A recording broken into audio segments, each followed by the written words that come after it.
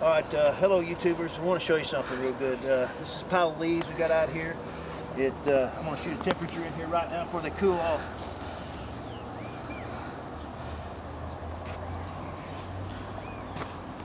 See that those leaves are 50 degrees down in there? Yep. 50 degrees down in there, and that's just about a foot down off the top, and you can see it's covered in snow. And right here on the stump here in the shade where there's nothing going on, you'll see that we got an outside temperature of about 26 degrees.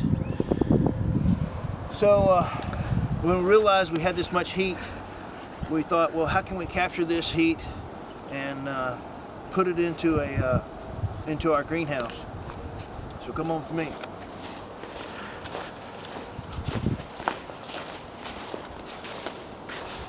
So what we did on this end, this is an experiment, is we put up a piece of tar paper as a vapor barrier so it wouldn't rot our wood.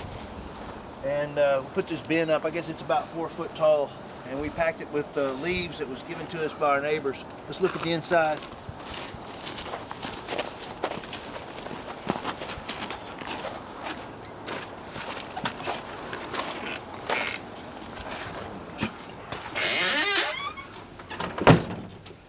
And then what we did on the inside here was we cut a hole on the outside here to just give us some exposure, some surface area, and we put chicken wire over it to hold the leaves back, and we piled that up.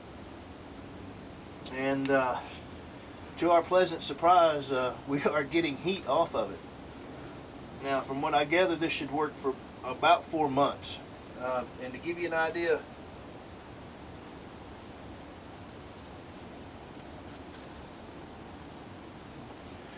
here's a shot right here where it's 80 degrees. So I got an 80 degree temperature there.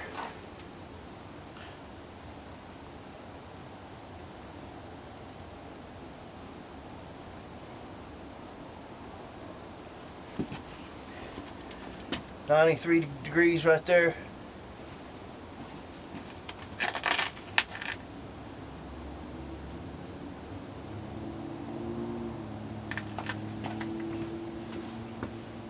.96 degrees right there. So you can see that we're getting heat coming through there. We've got a 26 degree day out here. We've got 90 degree warmth coming through that. I don't know how many BTUs it is, but I know it's free. I know I can pile up that leaf pile there and do that for 4 months.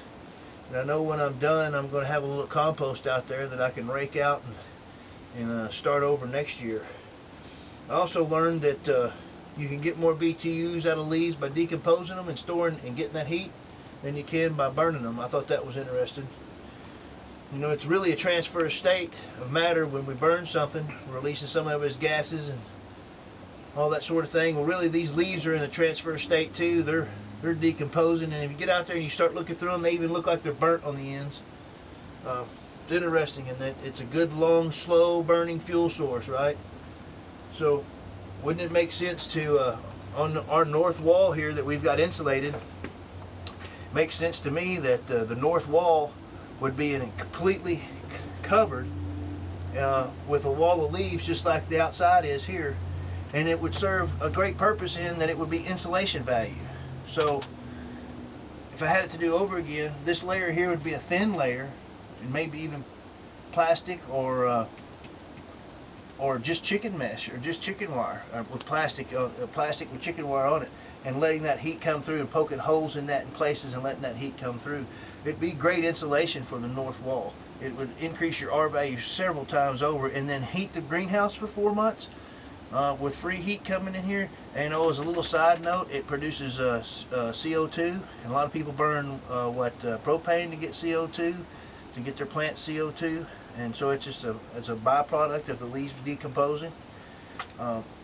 So it just makes a lot of sense. I stay learning all the time, and I'm always kicking myself because every time I think that I've got somewhere, I realize that I'm still just learning. And there's just no excuse for building these big stoves like this. To step back a little bit, I mean, here's this stove sitting in here, and yes, it does a fine job, and it'll overdo the job, but you got to cut all this wood and go through all this process. when, man, if that whole wall there was leaves and it just was expanded metal, and in the spring it's a byproduct is good potting soil, doesn't make any sense, does it, to do anything else. Well, anyway, this is my video. You guys tell me what you think. Thanks for watching.